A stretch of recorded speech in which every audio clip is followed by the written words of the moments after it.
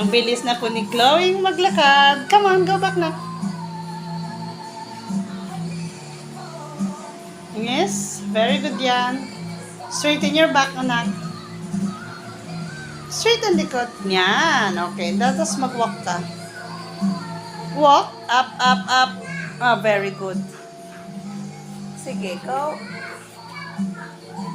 Go up. Yes, ganyan. Dapat habang nag-walk, naka-straight ang likod.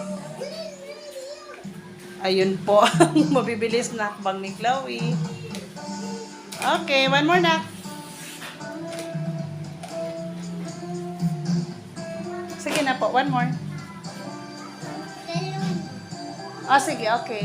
Last 3 na lang yon. Go. Very good, Chloe. Good job.